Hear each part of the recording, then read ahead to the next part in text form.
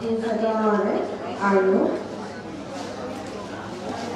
স্মাৰেৰে আগত লেখিকা সন্থা অসমৰ সুপনা নাহিনী বাইদেউ বাংলা ভাষা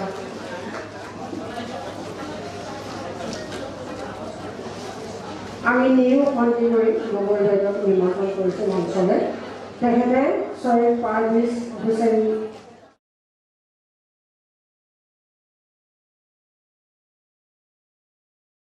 নমস্কার। কথা বলো মা আমার, চুপ করে থেকো না মা আমার, কথা বলো। কতদিন আর কতদিন এই শ্মশান নীরবতায় শান্তির প্রহর খুঁজবে? ফুটে খাওয়া নুয়ে পড়া জীবনে সুখী বিজ্ঞাপন এতে ভালো টাকার ভান করবে।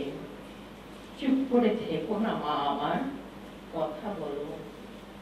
তোমার সকাল আর রাতের মাঝে লুকিয়ে থাকা ইতিহাস চেতনার পাণ্ডুলিপি আমি পড়েছি। নিরন্তর দ্বন্দ্ব আর সংঘাত এড়াতে তোমার নানা ছল আমি বুঝতে পারি। একটু একটু করে তুমি কেটেছো তোমার শিকড়, ভুলতে চেয়েছো তোমার রূপকথার গল্প। তোমার হলুদ দুপুরের ইচ্ছে জানা, চাপর চুপুর বৃষ্টিতে কাক ভেজা স্নান, কাশবনের চারই বেটি। তুমি ভুলতে চেয়েছো তোমার তালকানা শৈশবের স্ন্যাপশট।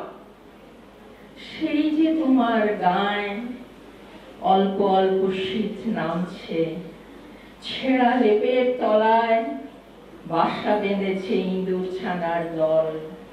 তোমার শরীর জুড়ে ধূসর গরম পোশাক, শীত মেটে নামা।